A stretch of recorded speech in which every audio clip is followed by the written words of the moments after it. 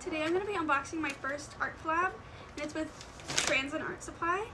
And I'm really excited about it, not just because it's like my first art collab, but because it's with a brand that I already like. I have these Transon brushes, and kind of a funny story, I was painting with these brushes out in the woods like a couple months ago, and I lost one of them, and then I made like kind of like a sad weepy video about it.